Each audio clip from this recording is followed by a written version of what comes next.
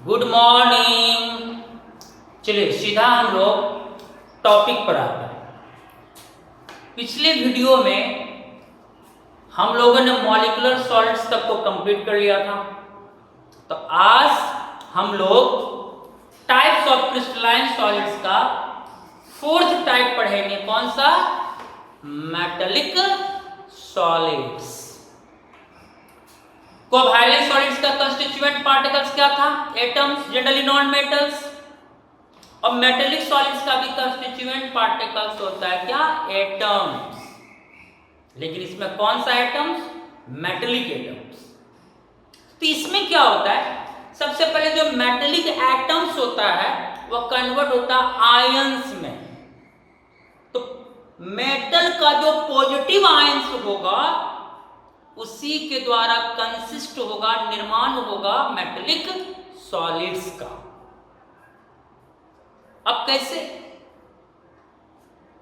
तो जैसे कोई मेटल है, वह मेटेलिक एटम पहले अपना इलेक्ट्रॉन को लूज करेगा, और जैसे ही इलेक्ट्रॉन को लूज करेगा तो उस पर कौन सी चार्ज आती है? Positive charge. वही कहलाएगा पॉजिटिव आयंस ऑफ मैटर। और मेटल का जो पॉजिटिव आयंस होता है उसको हम लोग कर्नेल्स भी बोलते हैं। KERNELS, kernels. एक न्यू वर्ड आपके सामने आई, कर्नेल्स। कर्नेल्स क्या है? तो पॉजिटिव आयंस ऑफ मेटल्स को कहते हैं कर्नेल्स। जैसे सोडियम आयन तो सोडियम कर्नेल हो गया, कैल्शियम आयन तो calcium kernel, magnesium ion magnesium kernel. अब इसमें होता क्या है कि कैसे मेटेलिक सॉलिड्स में कैसे मेटल का जो आयंस है वो आपस में जुड़ता है और कैसे जुड़कर मेटेलिक सॉलिड्स का निर्माण करता है। आइए हम लोग इसको समझते हैं। सपोज करो जैसे सोडियम, आपको पता है सोडियम का एटॉमिक नंबर 11 होती है, कॉन्फ़िगरेशन 281, वैलेंस इलेक्ट्रॉन कितना बच्चों? 1 हुआ। ये अपना एक इलेक्ट्रॉन को क्या करा? लूज करा।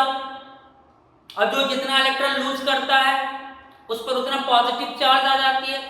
सोडियम एक वैलेंस इलेक्ट्रॉन को लूज करा तो सोडियम पर एक क्या आ जाएगा? प्लस चार्ज आ जाएगी। अब सपोज करो कि सोडियम जो सॉलिड है उसमें ढेर सारा सोडियम आयंस होगा। वो सारा सोडियम आयन, जिसको आप सोडियम कर्नेल्स भी बोल सकते हैं, वो आपस में एक दूसरे से जुड़ेगा, तब जुड़कर मेटेलिक सॉलिड्स का निर्माण होगा। अब ये समझना है कि वो जुड़ेगा कैसे।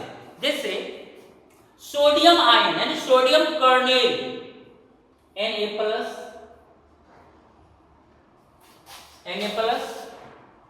फिर अनदर सोडियम आयन Na+।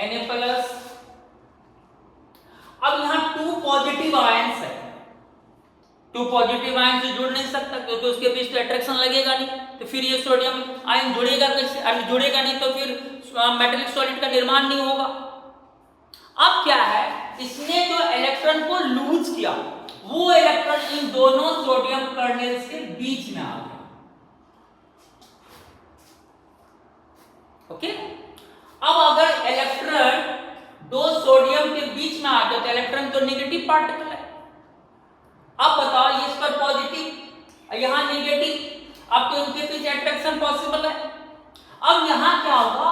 यहां अट्रैक्शन फोर्स एग्जिस्ट हो जाएगा between sodium kernel and electron. Electron और सोडियम कर्नेल के बीच यहां अट्रैक्शन एग्जिस्ट होगा। फिर इलेक्ट्रॉन और सोडियम कर्नेल के बीच यहां अट्रैक्शन एग्जिस्ट होगा। अब इससे क्या हुआ? 2 सोडियम कर्नेल्स इलेक्ट्रॉन के द्वारा क्या हो गया? जुड़ गया। तो किसी भी मेटेलिक सॉलिड्स में जो मेटल कर्नेल्स होता है, जो मेटल का आयंस होता है, वो किसके थ्रू कनेक्ट रहता है? इलेक्ट्रॉन्स के थ्रू। इसलिए आप देखते होंगे जो जितना भी आपने यहां पर स्ट्रक्चर को ड्राइंग करी है, यहां पर जो मेटल का पॉजिटिव आयन होता है वो इलेक्ट्रॉन से घिरा रहता है, सराउंडेड रहता है। जैसे आप देखो यहाँ ये सोडियम आयन, सोडियम कर्नेल है, इसके अराउंड देखो यहाँ इलेक्ट्रॉन है, यहाँ इलेक्ट्रॉन है, यहाँ इलेक्ट्रॉन है, यहाँ इलेक्ट्रॉन है। तो सोडियम यहां सराउंडेड है किससे? इलेक्ट्रॉन्स से। तो मेटेलिक सॉलिड्स में मेटल का जो पॉजिटिव आयंस होता है वो सराउंड रहता है किससे? इलेक्ट्रॉन्स से।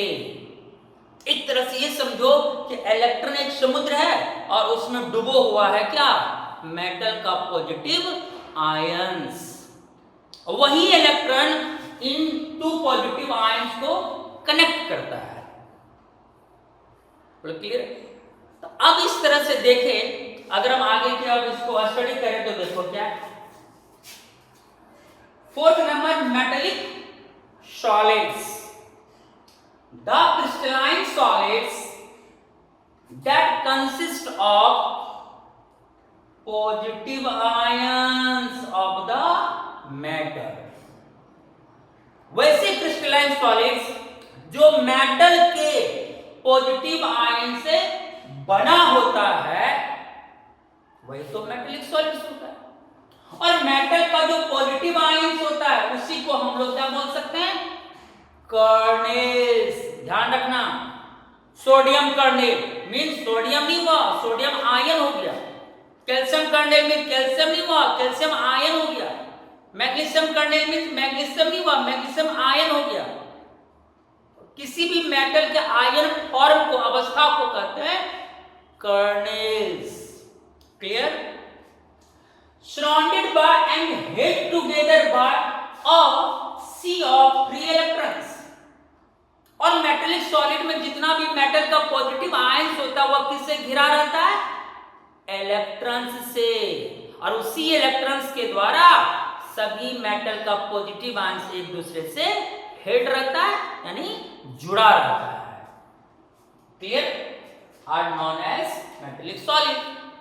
और जब इलेक्ट्रॉन्स की मदद से सभी कर्नेल, सभी पॉजिटिव आयंस एक दूसरे से जुड़ जाता है तो निर्माण हो जाता है मेटेलिक सॉलिड्स का। ओके? एग्जाम्पल, ऑल मेटल्स, जितने भी मेटल्स हैं सभी एग्जाम्पल हुआ मेटेलिक सॉलिड्स का। Like sodium, aluminium, magnesium, copper, silver, platinum etcetera etcetera. बहुत सारे मेटल्स हैं। अब देखो मैंने यहां समझाने की कोशिश करिए। सपोज एम यहां हमारा एक क्या है? मेटल है, राइट? इसने क्या करा? एन इलेक्ट्रॉन को लॉस करा, इसलिए मैंने minus sign, minus means loss. N electron को लॉस करा और जितने लॉस करेगा उतना ही पॉजिटिव चार्ज क्रिएट होता है। एन इलेक्ट्रॉन लॉस हुआ तो इस पर एन प्लस चार्ज आ गई। अब मेटल किसमें कन्वर्ट हो गया? पॉजिटिव आयंस में। तो इस मेटल का जो ये पॉजिटिव आयंस यहां पर मौजूद है, यही पॉजिटिव आयंस को हम लोग बोलेंगे क्या? कर्नेल्स। जैसे सपोज करो मेटल के प्लेस पर हमने कौन सी मेटल ले ली? सोडियम एटम ले ली। सोडियम अभी न्यूट्रल है, इस पर कोई चार्ज भी तो नहीं है, अभी हम इसे कर्नेल नहीं कर सकते। सोडियम 11 कॉन्फ़िगरेशन वो बैलेंस इलेक्ट्रॉन 1, ये अपने एक बैलेंस इलेक्ट्रॉन को क्या करेगा? लूज करेगा। -1 इलेक्ट्रॉन, एक इलेक्ट्रॉन को लूज कर दे। एक इलेक्ट्रॉन लूज होगा तो एक पॉजिटिव चार्ज आएगा, यूनिपॉजिटिव। अब सोडियम किसमें बदल गया बच्चों? सोडियम आयन में। अब इसी सोडियम आयन को हम लोग क्या बोल देंगे? कर्नेल्स। चलिए क्वेश्चन आ गया। अगर ये कोई क्वेश्चन करे कि सोडियम में इलेक्ट्रॉन कितना होता है, आंसर 11 होगा, क्योंकि आपको सोडियम में पूछा गया है, सोडियम कर्नेल में नहीं पूछा गया। तो सोडियम में इलेक्ट्रॉन कितना है 11, क्योंकि सोडियम मतलब न्यूट्रल एटम हुआ। नेचुरली ऑल एटम न्यूट्रल होती है। सोडियम एटॉमिक नंबर कितना है? 11। और न्यूट्रल फॉर्म में आपने पढ़ा था 11th में Z = P = E, जहां Z क्या होता है? Atomic number. न्यूट्रल फॉर्म में Z = P = E। और सोडियम का Z it means atomic number कितना होता है? 11।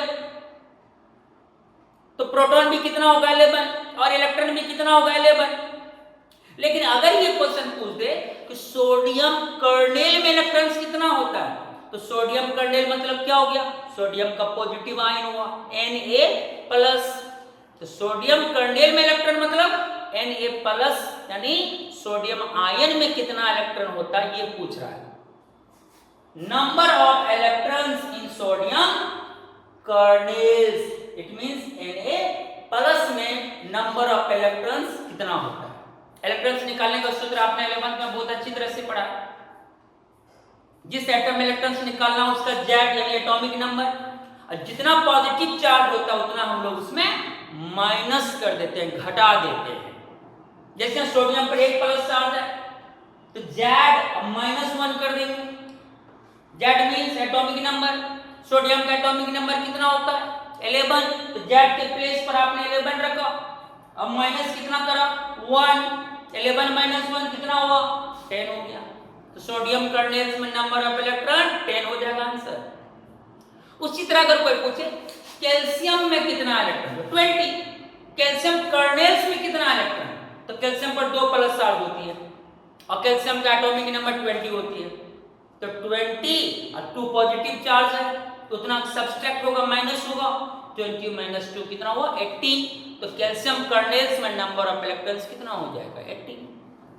चलिए क्लियर हो गया, यहाँ तक फुली क्लियर है ना, कोई कंफ्यूजन नहीं।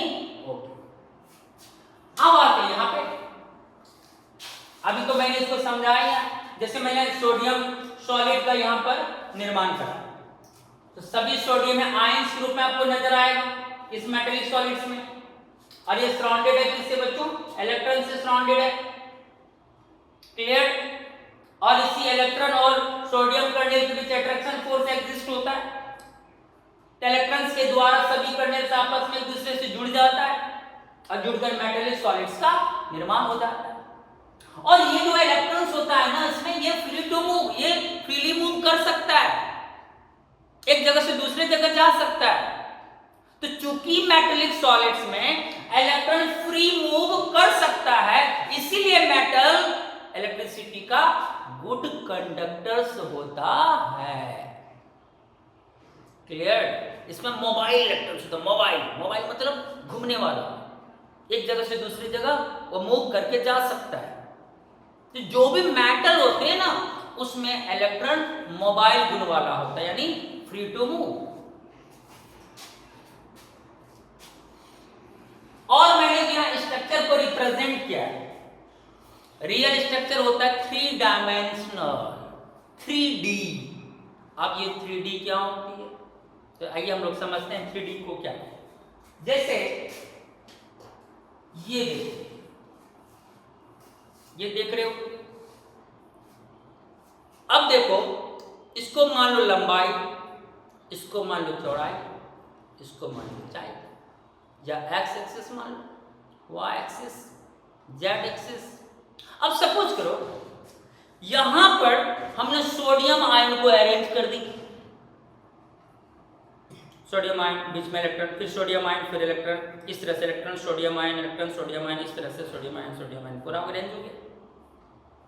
अगर हम सोडियम आयंस को लंबाई में अरेंज कर दें और चौड़ाई में अरेंज कर दें, केवल ये वाला हिस्सा में, यानी ये वाला हिस्सा में अरेंज कर दें, हाइट में नहीं अरेंज करें, तो यहाँ इसका मतलब हुआ यहाँ सोडियम करने से लेंथ वाइज अरेंज्ड है, विड्थ वाइज अरेंज्ड है, लंबाई में सजा हुआ है, चौड़ाई में सजा हुआ है, लेकिन ऊंचाई में सजा हुआ नहीं है।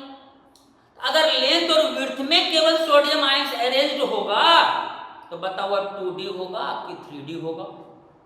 तब तो वह 2D होगा ना, बोलो। और अगर एक लेयर हमने बिछा दिया सोडियम आयन की, लेंथ वाइज और विड्थ वाइज एक लेयर बन गया, एक चादर की तरह, वही लेयर इसके ऊपर हम दूसरा लेयर डाल दें, फिर उसके ऊपर तीसरा लेयर डाल दें, फिर उसके ऊपर चौथा, पांचवा, छठा, सातवां, आठवां, इन्फिनिट तक डाल सकते हैं। तब क्या होगा बच्चों? तब तो हाइट के अलोंग भी ना वो लेयर्स आ जाएगा, तब तो सोडियम आयन हाइट में भी आ जाएगी, तो लंबाई में भी अरेंज हो जाएगा, चौड़ाई में भी अरेंज हो जाएगा, ऊंचाई में भी अरेंज हो जाएगा, तीनों डायरेक्शंस में अरेंज हो जाएगा सोडियम कर्नेल्स। तब वो कौन डी होगा बच्चों? 3D होगा। लेकिन हम जो बोर्ड पर अभी अरेंज करें, अब देखो बोर्ड पर कैसा है, लंबाई में अरेंज है, चौड़ाई में अरेंज है, लेकिन क्या ऊंचाई में अरेंज है? नहीं। तो बोर्ड पर जो हमने स्ट्रक्चर ड्राइंग करी है वो कौन डी में करी है? 2D में करी है। क्योंकि एक ही लेयर हमने दिखाया, इसके ऊपर हमने लेयर को नहीं चढ़ाया। तो हम बोर्ड पे आपको 2D के द्वारा इस मेटेलिक सॉलिड्स को दर्शाया। क्लियर? लेकिन रियल फॉर्म जो होगा कौन सी होगा? 3D। और हमने यहां पर 2D फॉर्म में आपको समझाने की कोशिश करी है। जो यहां एक चादर बनी, इसी चादर को फिर इसके ऊपर, फिर इसके ऊपर, फिर इसके ऊपर अगर हम स्टेप्स करते जाएं तो फिर यही 2D कन्वर्ट हो जाएगा किसमें? 3D में कन्वर्ट हो जाएगा। बोलो क्लियर है ना? कोई कंफ्यूजन है कि क्या होती है 1D, क्या होती है 2D, क्या होती है 3D? कोई कंफ्यूजन? हाँ, अगर केवल लेंथ में अरेंज करें, इन दोनों के एलोंग अरेंज ना करें पार्टिकल को, तब तो 1D होगा। इसके एलोंग अरेंज कर दें तो 2D होगा। इसके एलोंग और इसके एलोंग अरेंज कर दें तो 3D हो जाएगा। बोलो क्लियर है? ओके।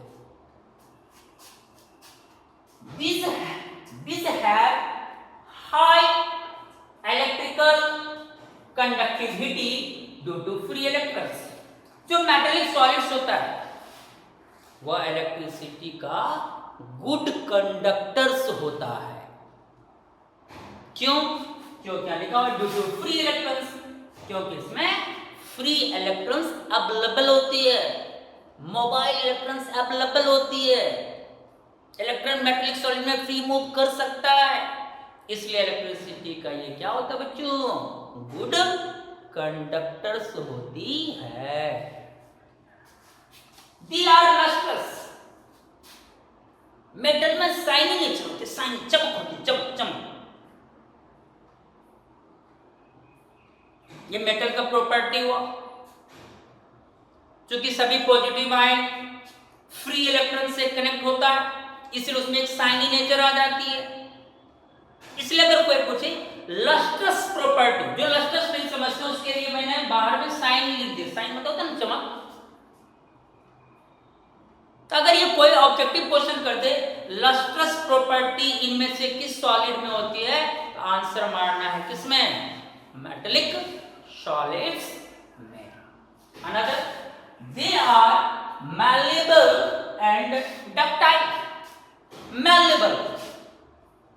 malleable नाम सुने हो? malleable मीन्स लचीला, जिसको हम पीट कर विस्तार कर सकें। जैसे आप देखते हैं कॉपर, तांबा या लोहा ही ले लो, मेटल है, ये मेटेलिक सॉलिड्स है। इसको जितना पीटोगे ना उतना ज्यादा इसका विस्तार होगा।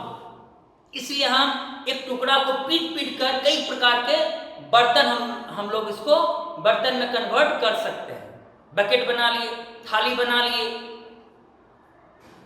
ट्रैक्टर ट्रेलर का वो लोहा का चादर बिछा दिए, तो किसके कारण? मैलेबल गुण के कारण।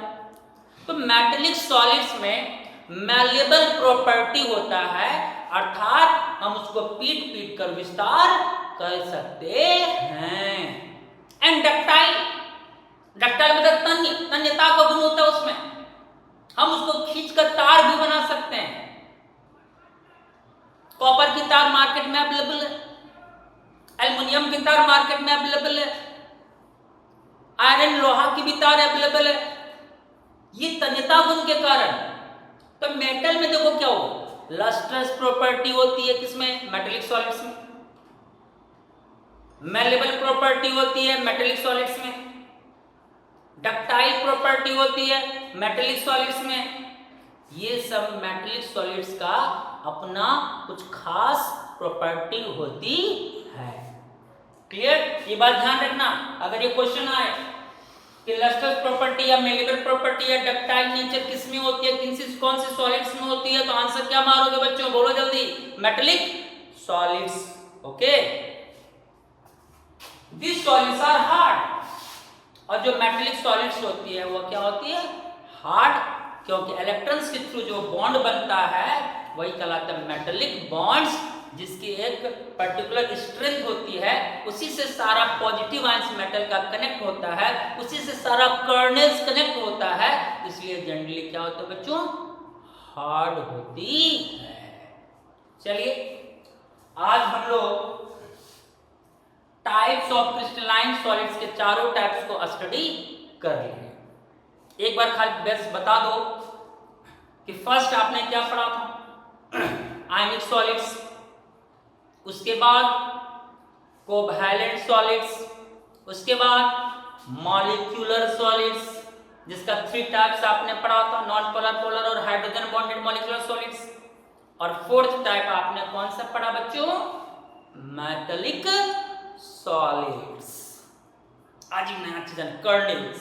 कर्नेल क्या होता है? अरे भाई कर्नेल क्या होता है? मेटल का पॉजिटिव आयंस को कहते हैं हम लोग कर्नेल्स।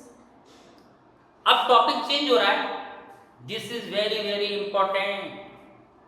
मजे से पढ़ना है, कंसंट्रेशन से पढ़ना है, अच्छा से पढ़ोगे समझ में आएगा, तब पढ़ने की रुचि जगेगी। रुचि जगाना है, घटाना नहीं है। चलिए अगला टॉपिक हम लोग स्टार्ट करते हैं, स्पेस लेटिस या क्रिस्टल लेटिस। यहां से मेन टॉपिक आपका शुरू हो रहा है, क्रिस्टल लेटिस या उसी को हम लोग बोल सकते हैं स्पेस लेटिस। अब ये क्या चीज है, आइए जानते हैं। देखो ये क्या चीज है, इसी से समझते हैं। ये देखो, ये स्पेस हो, खाली जगह है ना। अभी तो मैंने इस जगह में कोई चीज पैक नहीं करा। चलो एक जगह मारो ऐसे, यहां चलो ऐसे, फिर ऐसे आओ, ऐसे, फिर ऐसे, ऐसे आओ, फिर ऐसे। मान लो ये ऐसा क्यूब की तरह का समझ लो, एक बॉक्स है, ये स्पेस खाली जगह एक बॉक्स है। अब क्या करो, इसमें एटम को अरेंज कर दो। देखो atom atom atom atom atom atom atom atom atom atom atom atom atom. चलो एक लेयर बन गया, स्क्वायर रूप में पूरा एटम अरेंज हो गया ना, बोले अरेंज हुआ। अब ये जो एक लेयर बन गई स्क्वायर फॉर्म में एटम्स की मदद से, अब एक और लेयर उसके ऊपर डाल दो। चलो इसके ऊपर atom atom atom atom atom atom atom atom रख दिया, फिर उसके ऊपर एक लेयर और डाल दो, एक लेयर और डाल दो। अब सपोज करो कि जब आप लेयर के ऊपर लेयर, लेयर के ऊपर लेयर चढ़ाते गए, ये पूरा स्पेस पूरी तरह से पैक्ड हो गया। आपने अभी क्या करा, तीनों डायरेक्शंस में, लंबाई में, चौड़ाई में और ऊंचाई में, तीनों डायरेक्शंस में आपने यहां पार्टिकल्स को अरेंज कर दिया। अब ये स्पेस पार्टिकल से क्या हो गया, पैक्ड हो गया। अब ये जो स्पेस पैक्ड हो गया पार्टिकल से, यही स्पेस का नाम हो गया क्रिस्टल लेटिस या स्पेस लेटिस। कितना आसान है समझना इसको। अगर हम पार्टिकल्स को तीनों डायरेक्शंस में अरेंज कर दें किसी भी स्पेस में, तो वही स्पेस कहलाता है क्रिस्टल लेटिस या स्पेस लेटिस। तो 3D फॉर्म में, 3 डायमेंशनल फॉर्म में अगर हम किसी जगह में पार्टिकल्स को अरेंज कर देते हैं, तो वही स्पेस का नाम हुआ क्रिस्टल लेटिस या स्पेस लेटिस। समझो आराम से, क्यों घबराने की बात नहीं है। ओके, अब देखो ये मैं पहले पढ़ के सुना दूं, स्पेस लेटिस या crystal lettuce, the representation of 3 dimensional 3D arrangement of constituent particles in space is known as space lattice या crystal lattice। जो मैंने समझाया वही लिखा हुआ है ना, the representation of 3 dimensional arrangement of constituent particles।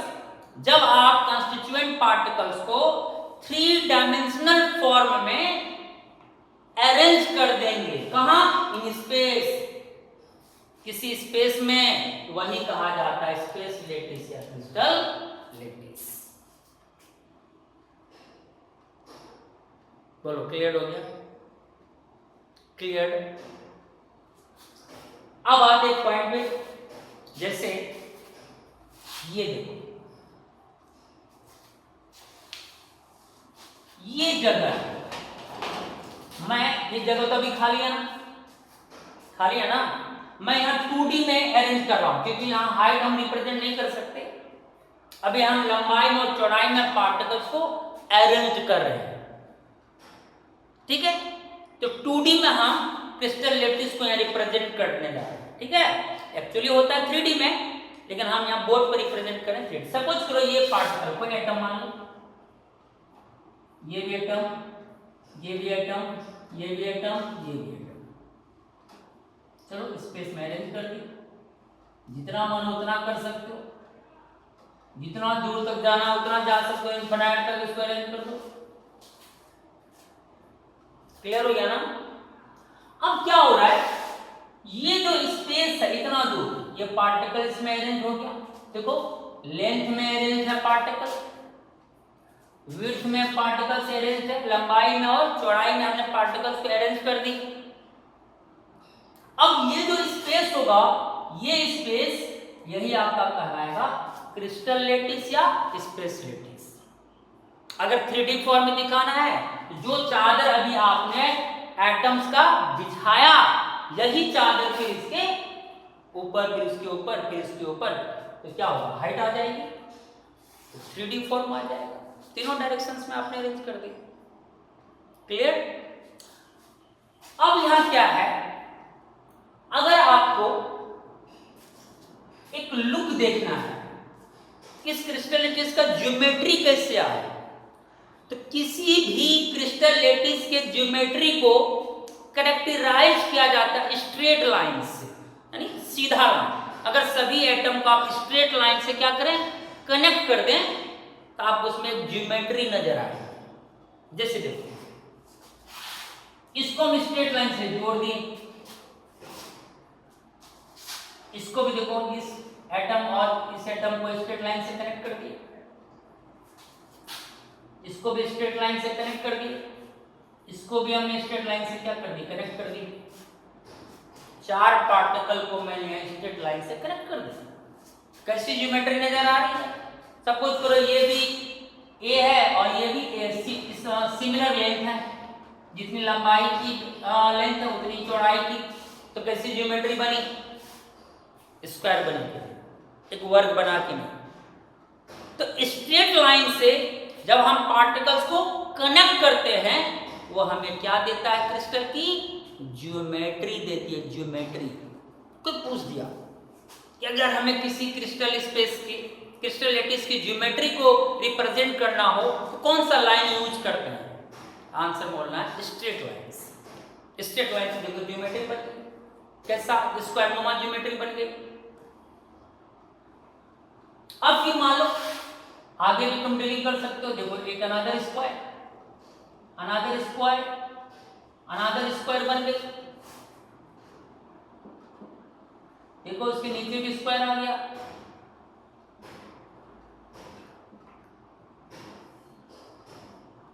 Straight line से जोड़ते चलो, ज्योमेट्री मिलता जाएगा स्क्वायर। अब क्या है, ये जो एक कंप्लीट ज्योमेट्री हमें प्राप्त हुआ, कंप्लीट ज्योमेट्री स्क्वायर फॉर्म में, इसी कंप्लीट ज्योमेट्री का नाम हो गया यूनिट सेल। क्या नाम हो गया, यूनिट सेल। ईच स्क्वायर, प्रत्येक स्क्वायर इस क्रिस्टल लेटिस का क्या कहलाएगा, यूनिट सेल। यूनिट सेल कोई ना कोई ज्योमेट्री में आपको नजर आएगा, चाहे वो स्क्वायर में आए, रेक्टेंगुलर में आए, रोम्बस में आए, हेक्सागोनल में आए, कई प्रकार की ज्योमेट्री हो सकती है यूनिट सेल की। अभी जो मैंने समझाया इसमें स्क्वायर में ज्योमेट्री आ रही है यूनिट सेल की। ये जो स्मॉलेस्ट पोर्शन हमें प्राप्त हुआ स्ट्रेट लाइन से ज्वाइन करने के बाद, यही स्मॉलेस्ट पोर्शन, ये जो स्मॉलेस्ट पोर्शन हमें मिला स्क्वायर नुमा, यही स्मॉलेस्ट पोर्शन का नाम हुआ यूनिट सेल। यूनिट सेल क्या है?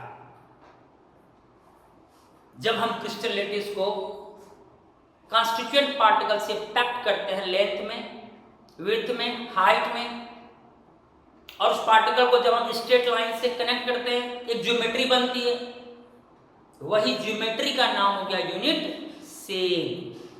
वही क्रिस्टल लैटिस का स्मॉलेस्ट पोर्शन हुआ, पोर्शन जो बार बार उस स्पेस में क्या होती है, रिपीटेड होती है। देखो square square square square square बार बार क्या हो रहा है, रिपीट हो रहा है।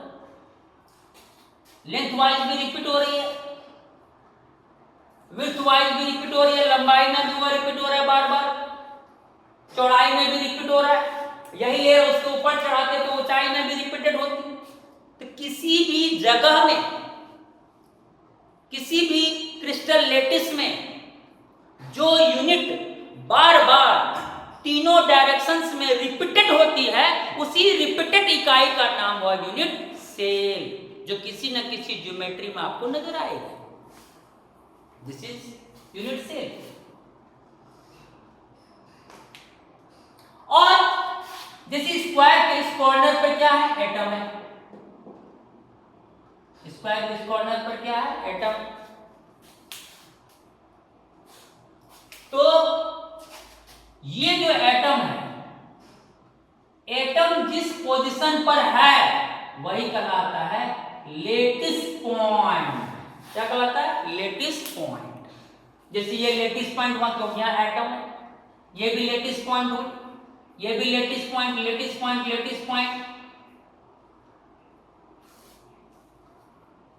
तो क्रिस्टल लैटिस में जहां भी कोई पार्टिकल होगा वही कहलाता है लेटिस पॉइंट। सपोज करो अगर मैं सिंगल यूनिट से स्क्वायर में यहां डील करूं, देखो स्क्वायर है, और सपोज करो यहां पार्टिकल है, एटम भी मान लो पार्टिकल को अभी, सपोज ये लेटिस पॉइंट हुआ, ये भी लेटिस पॉइंट हुआ, लेटिस पॉइंट, लेटिस पॉइंट। तो बताओ यहां की कितना लेटिस पॉइंट है, 4। लेटिस पॉइंट बोलो या लेटिस साइट भी बोल सकते हैं, लेटिस पॉइंट या लेटिस साइट। तो जिस पोजीशन पर एटम प्रेजेंट है वही पोजीशन का नाम हुआ लेटिस पॉइंट या लेटिस साइट्स। क्लियर? अभी कितना लेटिस पॉइंट है इसमें, 4। सपोज एक एटम मैंने, एक पार्टिकल मैंने बीच में भी रख दी। अब बताओ बच्चों टोटल लेटिस पॉइंट यहां कितना है, बोलो। 5 लेटिस पॉइंट्स है, काउंट कर लो फिर से, 1 2 3 4 5 लेटिस पॉइंट्स। बोलो क्लियर है ना? अब कोई प्रॉब्लम है क्या? लेटिस पॉइंट क्या, लेटिस साइड्स क्या, ये बात समझ के, जहां एटम है वो लेटिस पॉइंट हो गया, वही लेटिस साइड हो गया। अब हम लोग पढ़ते हैं characteristics. Characteristics of a crystal lattice. Each point in a lattice is called lattice point or lattice site. Every point, जितना भी बिंदु हमने यहाँ पर रिप्रेजेंट करी, क्योंकि यहाँ पार्टिकल को हम लोग पॉइंट से रिप्रेजेंट करते हैं। ये पॉइंट एटम भी हो सकती है, ये पॉइंट मॉलिक्यूल भी हो सकती है, ये पॉइंट आयंस भी हो सकती है, क्योंकि कंस्टिट्यूएंट पार्टिकल्स आपका एटम या मॉलिक्यूल्स या आयंस कोई भी हो सकती है। तो जो पॉइंट होता है वही हमारा कहलाता है lattice point. Each point in a crystal lattice represents one constituent particle. देखो यहाँ लिखा हुआ, प्रत्येक पॉइंट रिप्रेजेंट करता है एक कंस्टिट्यूएंट पार्टिकल को। ये कोई ना कोई क्या है, पार्टिकल है, ये कोई पार्टिकल है, पार्टिकल है, पार्टिकल है, पार्टिकल है। कुछ may be an atom, a molecule और एन आयन। और ये पॉइंट एक एटम भी हो सकता है, या एक मॉलिक्यूल भी हो सकता है, या एक आयन भी हो सकता है, कोई भी कंस्टिट्यूएंट पार्टिकल हो सकता है। Lattice points are joined by straight lines। जैसे यहाँ दो लेटिस पॉइंट भी बोलते हैं। और ये लेटिस पॉइंट कौन लाइन से देखो कनेक्ट है बच्चों? स्ट्रेट लाइन से। ये दो पॉइंट किससे कनेक्ट है? स्ट्रेट लाइन से। ये दो पॉइंट स्ट्रेट लाइन से, ये दो पॉइंट स्ट्रेट लाइन से। क्लियर है? तो जब हम सभी लेटिस पॉइंट को या यूं कहो सभी कंस्टिट्यूएंट पार्टिकल्स को स्ट्रेट लाइन से क्या करते हैं? जोड़ देते हैं, वही यूनिट सेल के कैरेक्टरिस्टिक्स को प्रदान करता है। Lattice point are joined by straight lines to bring out the geometry of the lattice. जब हम पार्टिकल्स को, जब हम पॉइंट को, जब उस बिंदु को स्ट्रेट लाइन से सीधी रेखा से जोड़ देते हैं, तब वह लेटिस के कैरेक्टरिस्टिक्स को, लेटिस के ज्योमेट्री को प्रदान करता है कि किस तरह का ज्योमेट्री बना, यह हमें मालूम पड़ जाती है। ज्योमेट्री मीन्स कैसा शेप बना, स्क्वायरटोमा बना कि हेक्सागोनल बना कि रोम्बस बना कि रेक्टेंगुलर बना कि कैसा बना, यह आपको नजर आ जाएगा। क्लियर? अब आते हैं यूनिट से, जो मैंने यहां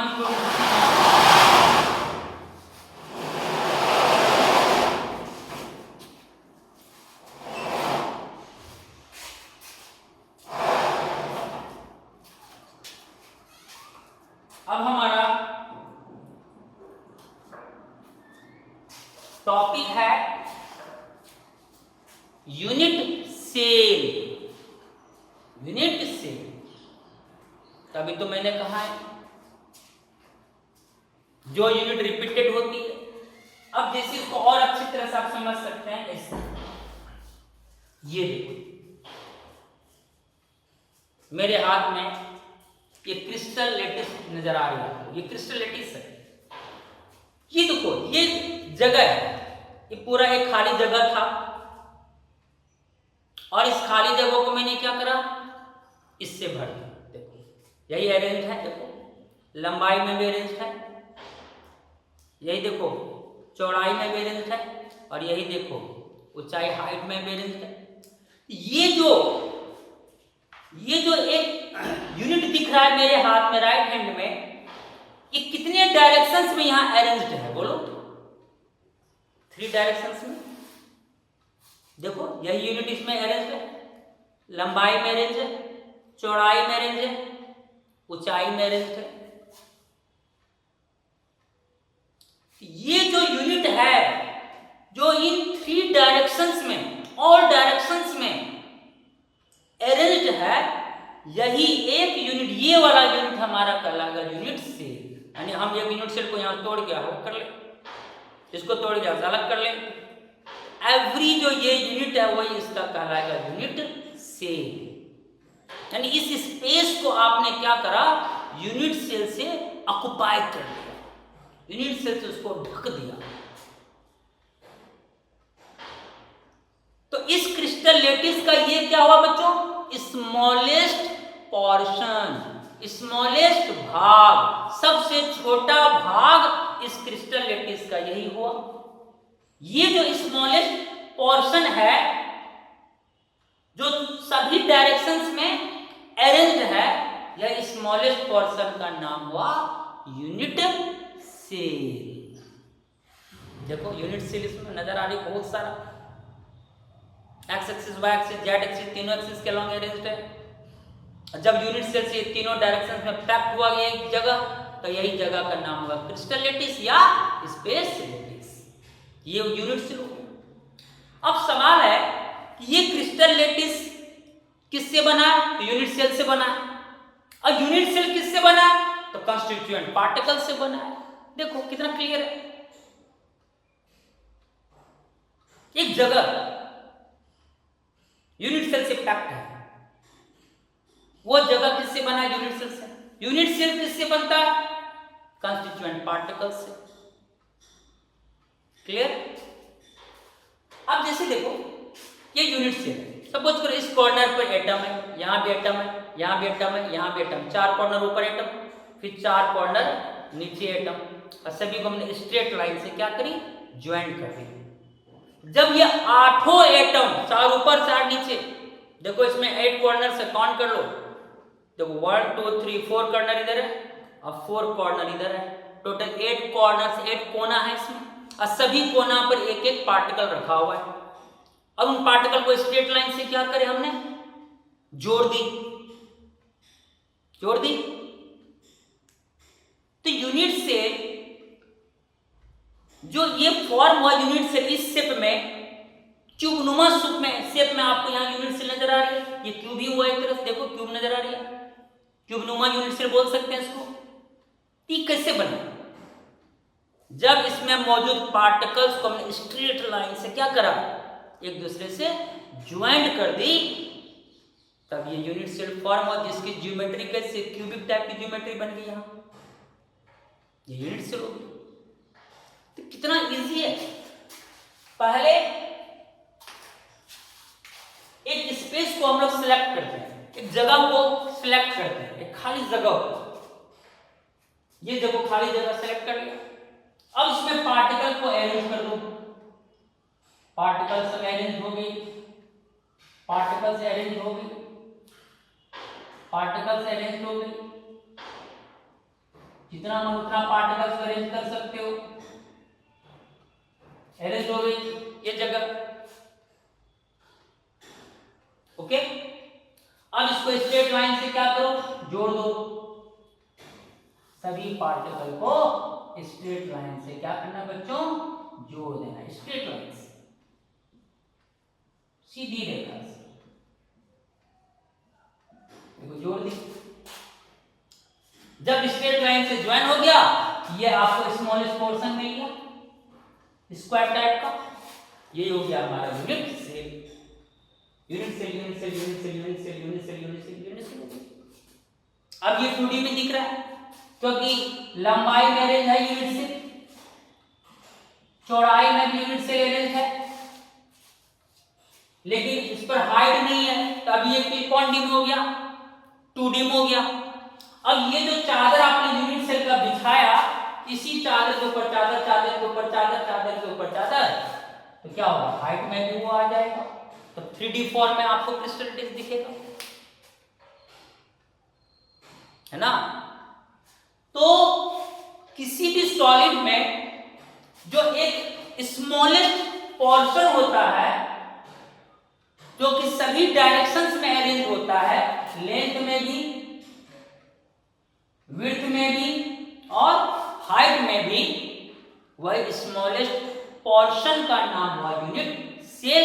और वो यूनिट सेल आपको कोई ना कोई ज्योमेट्री में नजर आएगा, चाहे स्क्वायर में या रेक्टेंगुलर में या रेक्टेंगुलर, कोई ना कोई ज्योमेट्री में वो आपको नजर आएगी। इसलिए यहां पर देखो क्या लिखा हुआ unit cell, unit cell is the smallest portion of a crystal lattice. Crystal lattice का जो सबसे छोटा भाग होता है, हिस्सा होता है, वही कहलाता है यूनिट सेल। जैसे ये पूरा हमारा ये हो, इसी का नाम है क्रिस्टल लैटिस, ये क्रिस्टल लैटिस है। इसका जो ये वाला एक हिस्सा टुकड़ा है, जो अभी मैंने यहाँ पर रिप्रेजेंट करी थी, वह टुकड़ा यही हुआ इसका यूनिट सेल। ये क्रिस्टल लैटिस, ये हुआ उसका यूनिट सेल, ठीक। और इस यूनिट सेल में जो आपका पार्टिकल्स है वो स्ट्रेट लाइन से क्या है, जुड़ा रहता है। Unit cell is the smallest portion of a crystal lattice which when repeated in different directions generates the entire lattice। जब डिफरेंट डायरेक्शन में ये यूनिट सेल अरेंज हो जाता है, देखो यही यूनिट सेल है, इसमें लंबाई में अरेंज है, चौड़ाई में अरेंज है, ऊंचाई में भी अरेंज है, तब ये क्रिस्टल लैटिस का निर्माण करता है, तब क्रिस्टल लैटिस यहाँ जेनरेट होता है, उसकी उत्पत्ति होती है। Characteristics of a unit cell. अब हमें यूनिट सेल की कैरेक्टरिस्टिक्स को जानना है। जैसे ये देखो, ये हमने एक यूनिट सेल यहां बनाया, ओके, ये यूनिट सेल।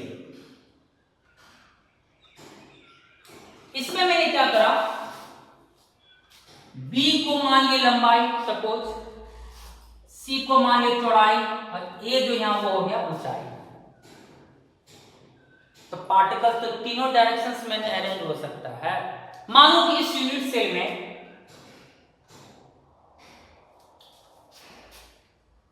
एक्स एक्सिस के अलोंग जो पार्टिकल अरेंज्ड है उसका एज मतलब किनारा, उसका एजेस मान लिए बी। वाई के अलोंग जो पार्टिकल अरेंज होगा इस यूनिट सेल में उसका एज मान लिए सी। और जेड एक्सिस के अलोंग जो पार्टिकल यानी हाइट के अलोंग जो पार्टिकल अरेंज होगा उसका एज हम मान लिए ए। तो किसी भी यूनिट सेल में पार्टिकल्स कितनी एजेस में अरेंज हो सकती है बोलो? 3 एजेस में, लंबाई में, चौड़ाई में, ऊंचाई में। 3 एजेस ए बी सी। तो यूनिट सेल का कैरेक्टरिस्टिक्स को बताता है कौन? एजेस। और कितनी एजेस होती है? 3 ए बी सी, लंबाई चौड़ाई ऊंचाई। और ये जो एजेस होगी, जैसे देखो यहां पर अभी मैंने अरेंज किया था, देखो ये देखो बी, ये सी, और ये जो ऊंचाई देगा वो हम क्या मान लिया? A. Edge B, edge C और edge A. A B C, 3 edges हुई। यूनिट सेल को कौन कैरेक्टराइज करता है कि कैसा होगा यूनिट सेल? क्यूबिक नुमा होगा कि रोम्बस होगा कि हेक्सागोनल होगा, कैसा होगा? ये एजेस ही उसको कैरेक्टराइज करेगा। और किसी भी यूनिट सेल में एजेस 3 तरह की होती है, ए बी एंड सी। और उसके बीच के एंगल पर भी डिपेंड करेगा। जैसे बी और सी के बीच एंगल कितना होगा, सी और ए के बीच एंगल कितना होगा, ए और बी के बीच ये एंगल कितना होगा, उस पर डिपेंड करेगी। अब जैसे यहां देखो ए बी और सी के बीच का एंगल अल्फा, ए और सी के बीच का एंगल बीटा, ए और बी के बीच का एंगल गामा। तो 3 एजेस हुई और 3 एंगल्स हुई। तो बोलो टोटल पैरामीटर्स कितना हुआ यूनिट सेल का? 6। ए बी सी एजेस हुई, अल्फा बीटा गामा एंगल्स हुई। एज के बीच का angle A B C 3, alpha beta gamma 3, 3 + 3 6। Unit cell का टोटल पैरामीटर्स होता है कितना? 6। 3 एजेस + 3 एंगल्स। और ये 6 पैरामीटर्स यूनिट सेल को कैरेक्टराइज्ड करता है कि कैसा होगा यूनिट सेल, किस शेप का होगा, क्यूबिक होगा कि टेट्रागोनल होगा कि ऑर्थोरोम्बिक होगा कि मोनोक्लिनिक होगा कि हेक्सागोनल होगा। यूनिट सेल का कई शेप्स होता है, मैं सब पढ़ाऊंगा आगे की क्लास में। कैसा शेप होगा, कैसा लुक होगा यूनिट सेल, किसी भी क्रिस्टल डिस्क में यूनिट सेल का कैसा ज्योमेट्री होगा, उसकी ज्योमेट्री को बताने वाला कौन है? 6 पैरामीटर्स। कौन कौन? Edges A B C and angles between them alpha beta gamma 3 3 6। ये 6 पैरामीटर्स से हर यूनिट सेल कैरेक्टराइज होता है, उसकी ज्योमेट्री का पता चलता है।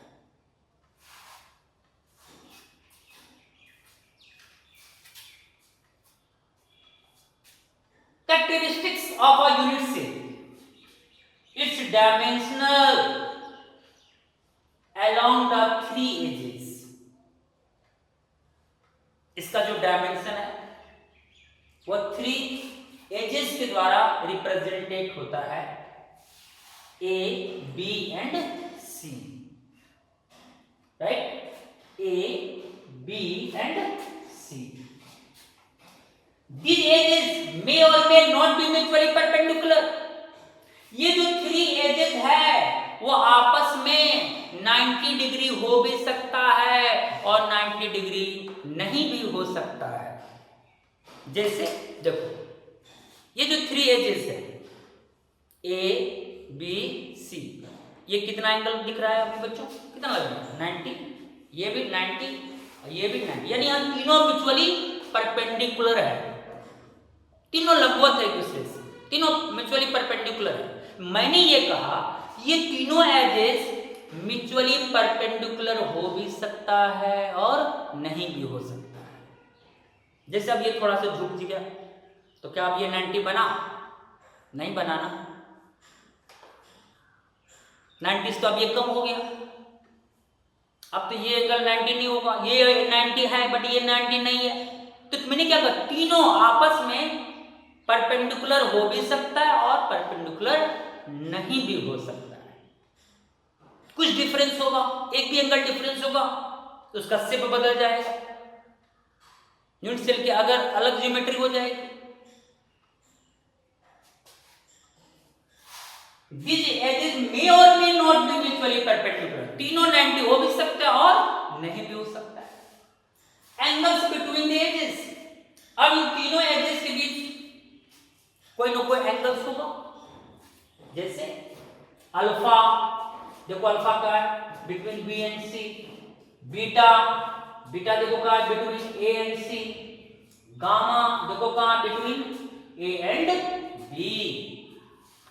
10 इस प्रकार a unit cell is characterised, देखो यहां a unit cell is characterised by 6 parameters. 6 parameters के द्वारा हम किसी यूनिट सेल को कैरेक्टराइज कर सकते हैं कि वो किस टाइप का यूनिट सेल होगा। वो 6 पैरामीटर्स कौन कौन है? 3 एजेस है ए बी सी और 3 एंगल्स है alpha beta and gamma, in 3 shape. These parameters of a unit cell are shown in figure, जिसको मैंने यहाँ पर इस 6 पैरामीटर्स को मैंने इस यूनिट सेल में रिप्रेजेंट किया है। देख रहे हो क्लियर? कोई प्रॉब्लम तो नहीं है ना समझने में? मैंने लिख भी दी figure parameters of a unit cell, ये फिगर यूनिट सेल के पैरामीटर्स को रिप्रेजेंट कर रहा है। तो 6 पैरामीटर्स बस सिंपल है, 3 एजेस होती है और 3 एंगल्स होती है, तो टोटल 6 पैरामीटर्स होगा यूनिट सेल का। और वही 6 पैरामीटर्स किसी भी यूनिट सेल को कैरेक्टराइज करता है।